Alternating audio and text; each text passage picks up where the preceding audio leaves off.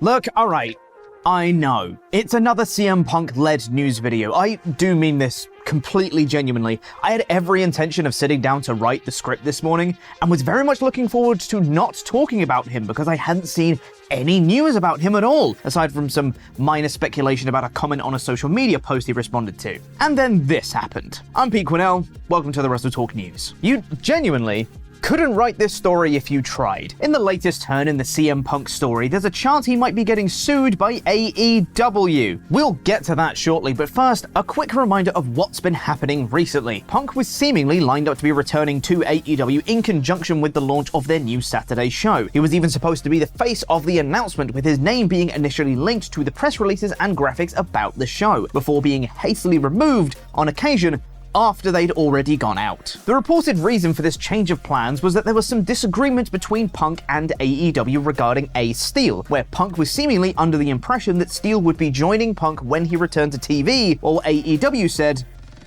"No, that ain't happening, Chief." Though Steel was already reportedly working for AEW for months already, just remotely, just an extra wrinkle in the story. So that is where we had left off, with Punk and AEW trying to come to some sort of agreement, with Steel being the sticking point. And now, in a Twitter Spaces hosted by Backup Hangman on Twitter, Raj Giri of Wrestling Inc. joined and said this. So AEW sent a legal notice to Punk yesterday. Either he needs to comply, or they're going to file a suit against him. Now, it's worth noting a few things here. This was something mentioned in a Twitter Spaces and was not an actual report in an article or anything. What legal notice this actually was is also unclear, and the details of what Punk needs to comply with were also not stated. However, let's get into speculation territory because we can assume a few things. Let me get my speculation hat on.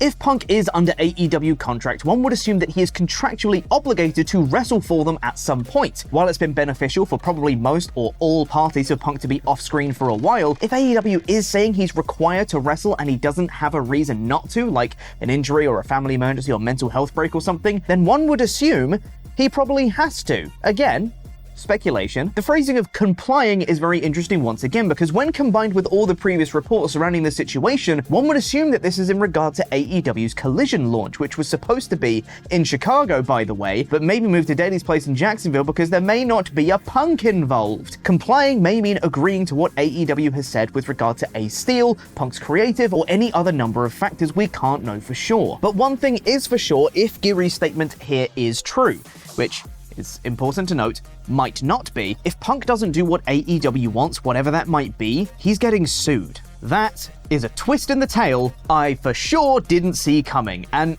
I don't know about you, but if I was under threat of being sued by the company I work for, then I might not be too enamored with them, and maybe putting a live mic into a famously outspoken man on TV may not be the best idea. In short, it's a messy, messy situation, and who knows how AEW Collision and AEW as a whole are going to shake out with all of this. I have no idea what's happening anymore. I'm along for the ride as much as you are. But it's alright though, because if this ends the relationship between Punk and AEW and he ends up leaving the company, there's always WWE, right? For a little while now, it's been reported that WWE is currently in the midst of a hiring freeze, which is seemingly why we've seen a sharp stop to the returns to the company, even after big shows where debuts would usually happen, like the Raw and SmackDown after WrestleMania and the draft. But the no hire time may be over, as according to Backup Hangman himself on the same Twitter Spaces as mentioned earlier, the early word from within WWE is that the hiring freeze is over. Now, while this was also something said on a Twitter Spaces, this was very much framed as a scoop, even being called that before it was said. If true, we could be seeing some more people joining WWE before long, and with the lead up to SummerSlam soon, there's every chance there'll be a push for some big names. There were some notable names that WWE reportedly missed out on because of the hiring freeze, such as Jay White and Nick Aldis, so perhaps there'll be a renewed push to capture names before they head to competition. And perhaps once they join the company, they could feud with top names like Bianca Belair or the Street Profits. They'd have to be a babyface act though,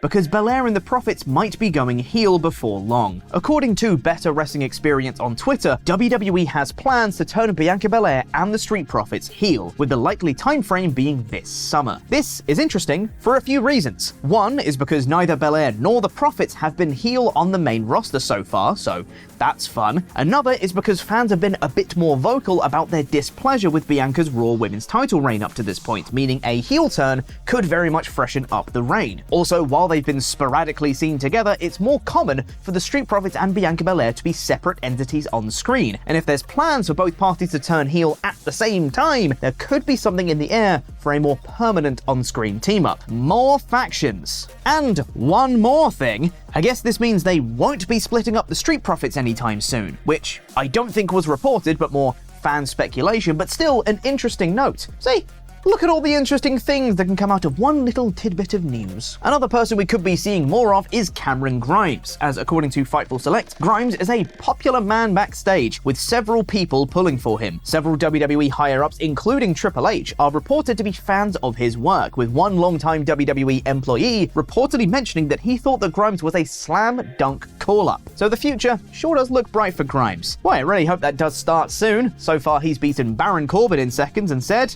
he's happy to be there. Any day now, I'm sure he'll start doing something. Just be patient. He'll do it. He'll do it. I'm sure. On the subject of doing something, we've been waiting for one Drew McIntyre to do something for a little while now. Drew has reportedly been in something of a dispute with WWE for a bit now, with him blacking out his social media profiles and being absent from TV. This reportedly has been over his creative direction as well as his contract status, with his contract supposedly up in 2024, like literally everybody else in wrestling. But the Drew drought may be over soon. And by soon, I mean like today. Drew was in fact drafted to Raw in the WWE draft despite his absence though, and in the latest Wrestling Observer newsletter, Dave Meltzer wrote that Drew's return was now essentially dependent on creative being what he wanted, and now the wait may be over. On tonight's Raw, Kevin Owens and Sami Zayn are due to team with a mystery partner to take on Imperium in a 6-man tag team match. And while that's nothing concrete in and of itself because it could be literally anybody, WWE tweeted out an announcement of the match, asking people who should be the mystery partner. This announcement was then retweeted and very quickly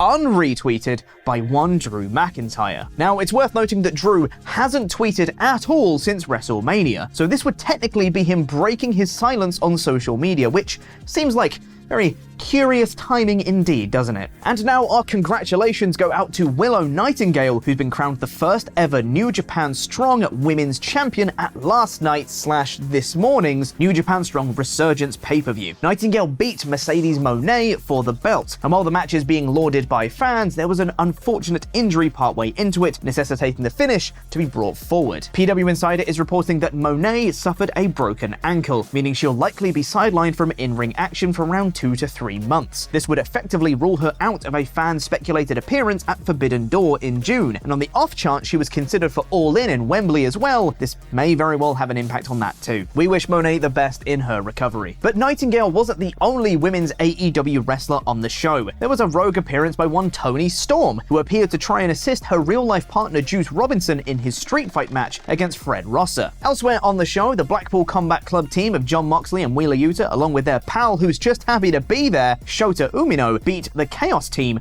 of Kazuchika Okada, Rocky Romero, and Tomohiro Ishii. Kenta became the New Japan Strong Openweight Champion by besting Hikuleo, and Will Ospreay defeated Hiroshi Tanahashi to advance in the #1 contender IWGP United States Championship tournament, meaning Ospreay will be heading to Dominion in the tournament final against Lance Archer. Who's the current champion of that belt? Oh, that's right, it's Kenny Omega. When's Dominion, right? It's the start of June, and isn't there a little show called Forbidden Door that's supposed to be at the end of June? Huh. It's funny timing on that. It's really curious. On the subject of William Ospreay, he's been quite open with the fact that his contract in New Japan expires in 2024, just like literally everybody else in wrestling. Speaking with Fightful, Ospreay spoke on the likelihood of him leaving New Japan altogether, where he said, "I find myself in a really lovely position with New Japan where I'm very happy doing what I'm doing. Obviously, I'm a fool not to hear people out. I want them to be ready for what might be the termination of my contract. Who knows? I love to imagine that that we are going to work something out, but I'd be a fool not to hear everybody out. Where would you want to see Ospreay go if he did leave New Japan? Let me know in the comments below, and while you're down there, why not click the link to check out the latest 3-count episode where Luke and Ollie predict what everyone will be doing at Night of Champions in 3 words or less. Here's a clip. Hello and welcome to the 1, 2, 3 count. I'm Ollie Davis, I'm joined by Luco and DAD, and this is the show where we give our predictions for Night of Champions in 3 words.